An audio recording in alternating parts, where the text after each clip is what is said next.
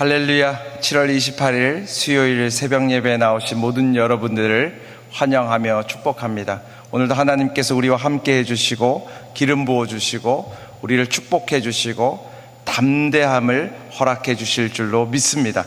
오늘 우리에게 주시는 하나님의 말씀은 시편 18편 32절부터 36절까지의 말씀입니다. 시편 18편 32절부터 36절까지의 말씀을 각자의 자리에서 한 목소리로 읽겠습니다. 이 하나님이 힘으로 내게 띠띠우시며 내 길을 완전하게 하시며 나의 발을 암사슴 발 같게 하시며 나를 나의 높은 곳에 세우시며 내 손을 가르쳐 싸우게 하시니 내 팔이 놋 활을 당기도다. 또 주께서 주의 구원하는 방패를 내게 주시며 주의 오른손이 나를 붙들고 주의 온유함이 나를 크게 하셨나이다. 내 걸음을 넓게 하셨고 나를 실족하지 않게 하셨나이다.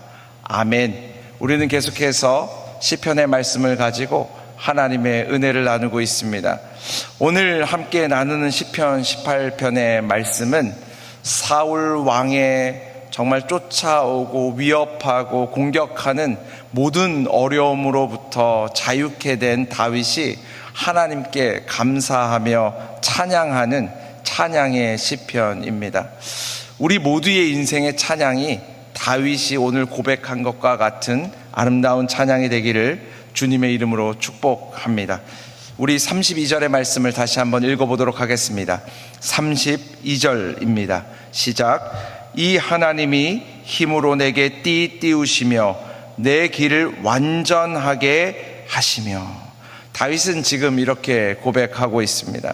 하나님께서 하나님의 힘으로 내게 띠를 띠우셨다. 그리고 나의 길을 완전하게 하셨다. 이렇게 이야기하고 있습니다. 우리는 여기서 몇 가지 사실을 알게 됩니다. 여기서 띠를 띄웠다고 하는 것이 무슨 뜻이냐면요, 이렇게 옷을 이렇게 입고 마지막으로 이렇게 허리띠를 채우는 것처럼 묶었다는 뜻입니다. 둘러쌌다는 뜻이에요. 더 잘 움직일 수 있도록, 더 빨리 움직일 수 있도록.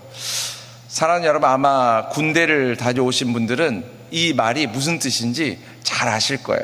군대에 가면 모든 군장을 한 다음에 탄띠라는 것을 차게 되어져 있습니다. 이 탄띠에는 수통도 달 수 있고 다른 것들도 달 수 있는데, 이 탄띠를 매면 이 느낌이 이상해요. 무엇인가 이제는 준비가 된 느낌입니다. 무장이 완료된 느낌입니다. 이제는 전쟁에 나가도 될 것 같고, 이제는 힘든 훈련에 나가도 준비가 된 것 같은 모습이 이 탄띠를 한 모습입니다. 지금 그 말씀을 하고 있는 거예요. 우리 인생 가운데 가끔은 두렵고 힘들고 괴로울 때가 있습니다.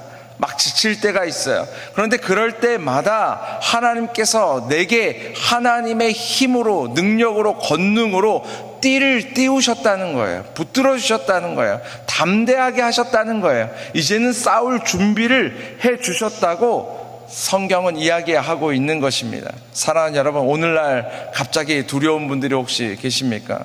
질병 때문에 두려운 분들이 계십니까? 경제적인 어려움 때문에 괴로운 분들이 계십니까? 이때 이렇게 기도하십시오. 하나님, 하나님의 힘으로, 하나님의 권능으로, 하나님의 능력으로 나를 띠띠워 주십시오.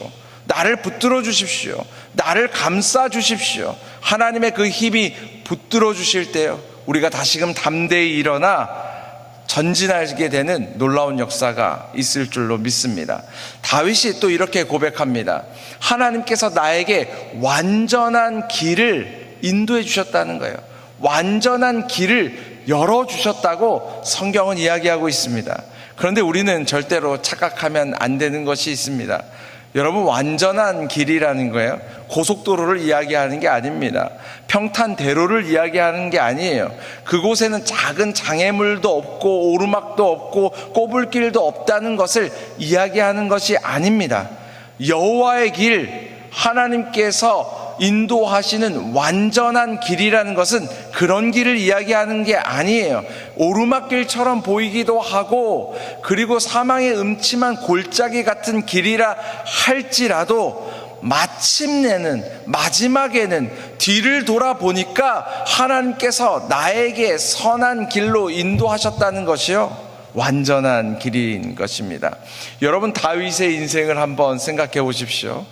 얼마나 힘든 인생이었습니까? 그의 인생이요, 잘못한 것도 없는데 사울 왕으로부터 10년을 쫓겨다녔습니다. 사울 왕의 창칼 때문에요, 도망 다녔어요. 굴에 가서 숨어 있어야 됐어요. 광야에 가서 살았어야 됩니다. 이방 민족에게 가서요, 망명했어요. 거기서는 살려고 미친 척 했습니다. 수염에 침을 막 흘렸다고 성경은 기록하고 있습니다. 얼마나 힘든 길입니까? 그런데도 다윗은 지금 고백하는 거예요. 하나님께서 저에게 완전한 길로 인도해 주셨습니다. 지나고 보니까 하나님께서 온전한 길로 인도해 주셨습니다. 다 끝나고 보니까 하나님의 은혜였습니다.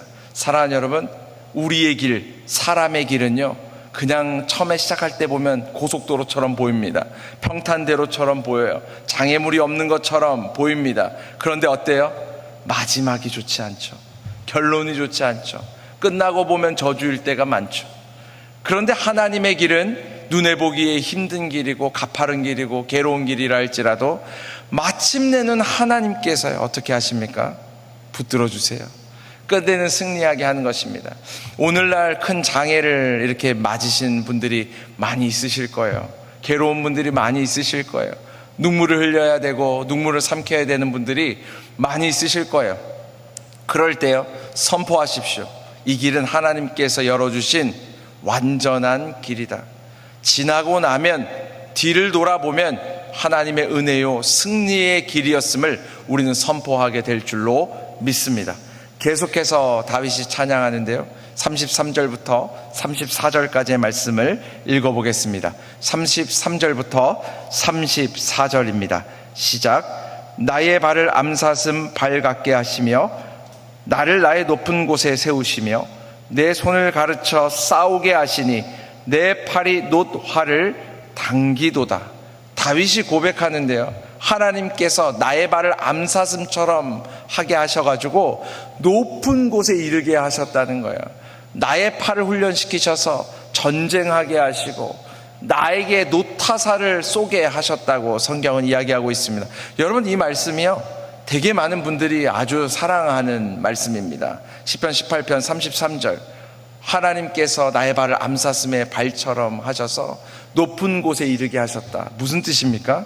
지금은 비천하고 괴롭고 힘든 때라 할지라도 하나님께서 반드시 나를 회복시킬 것이고 나의 영광을 회복시킬 것이고 끝내는 영광스러운 자리에 이르게 하실 것이라는 뜻입니다. 그 말도 맞죠. 너무 좋은 뜻이죠. 그런데 우리는 꼭 절대로 잊지 말아야 될 것이 있습니다. 높은 곳에 이르게 하기 위해서 하나님께서 뭐라 그래요? 암사슴의 발처럼 우리의 발을 만드셨다는 거예요. 여러분, 사슴이 어떻습니까? 바위를 막 뛰어다녀요. 바위를. 그리고 막 깎아지는 절벽을 막 올라가요. 제가 본 다큐멘터리에서는 이 댐 위를 올라갔는데 사슴들이 그 절벽을 올라가더라고요. 그 발로. 그 무슨 뜻입니까? 그의 인생이 얼마나 험했다는 이야기예요. 그 높은 곳에 이르게 하기 위해서요, 하나님이 얼마나 험한 길로 인도하셨다는 것입니까? 자동차로 이야기하자면 이렇게 스포츠카가 있고요, 이 사륜구동 찝차가 있는데 하나님이 다윗의 인생을 이 찝차처럼 만드셨다는 거예요.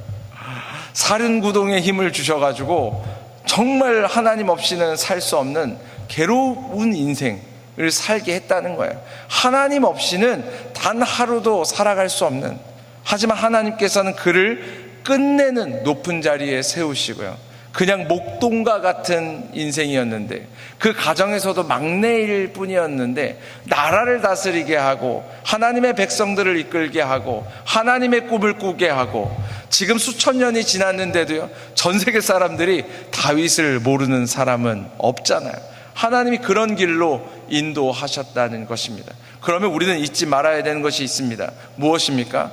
하나님께서 우리의 인생을 회복시키시고 인도하셔서 영광의 자리에 서게 하실 때는 고난도 함께 주신다는 거예요. 괴로움도 함께 주신다는 거예요.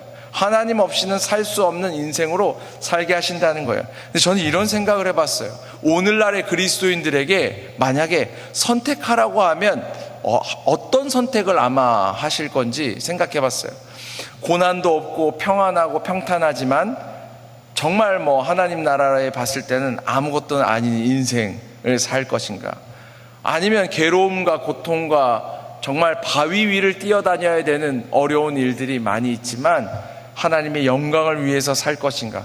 제 생각에는요, 오늘날의 사람들에게 물어보면 많은 분들이 그냥 평안하게 아무 일 없이 살기를 원합니다, 이렇게 대답할 것 같아요.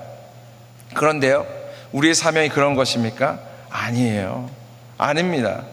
여러분, 강을 거꾸로 거슬러 오르는 연어를 상상해 보십시오. 여러분, 그들이 그냥 평안한 바다에 아니면은 강의 하구에 살면서 그냥 그렇게 살아가는 것이 그들의 사명입니까? 아니죠. 거꾸로 흐르는 강물을, 세찬 그 강물을요, 거슬러 올라가 마지막 고향에까지 다다라서 알을 낳고 죽는 게 그들의 사명인 것이에요. 사랑하는 여러분, 우리 그리스도인들에게요, 하나님께서요 분명한 사명을 주셨습니다.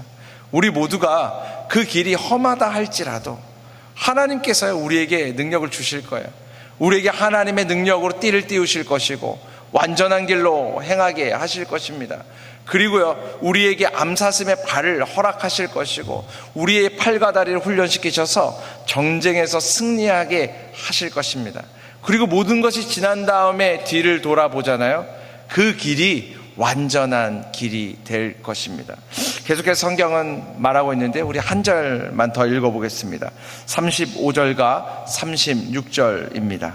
시작. 또 주께서 주의 구원하는 방패를 내게 주시며 주의 오른손이 나를 붙들고 주의 온유함이 나를 크게 하셨나이다. 내 걸음을 넓게 하셨고 나를 실족하지 않게 하셨나이다. 다윗이 고백하는 거예요. 하나님께서 나의 인생의 방패가 되셨고 하나님께서 오른손으로 나를 붙들어 주시고 나의 길을 넓게 하시고 하나님의 인자하심이 나를 성장하게 하시고. 무슨 뜻입니까? 우리는요, 평탄한 길을 가느냐 험난한 길을 가느냐가 중요한 인생이 아니라는 거예요. 우리 인생에 진짜 중요한 것은 무엇이냐면 그 길 가운데 하나님이 우리와 함께 하시느냐 함께 하지 않으시느냐가 중요하다는 사실입니다. 우리 인생이 지금 어떤 길을 걸어가고 있는지 아마 각자의 인생이 다 다를 것입니다. 평탄한 길을 달리고 계시든지 구불구불한 길을 가고 계시든지 하나님의 손을 꼭 붙드십시오. 그분이 우리의 인생의 방패가 되시고 구원자가 되시고 그분의 오른손이 우리를 붙드시고 우리의 발을 암사슴의 발처럼 하게 하셔서 반드시 승리하게 만드실 줄로 믿습니다. 제가 마지막으로 시편 37편 23절부터 24절의 말씀을 읽어드리겠습니다. 여호와께서 사람의 걸음을 정하시고 그의 길을 기뻐하시나니 그는 넘어지나 아주 엎드러지지 아니함은 여호와께서 그의 손으로 붙드심이로다. 아멘. 우리 인생이 가끔은 넘어질 때가 있습니다. 하지만 완전히 엎드러지지는 않을 것입니다.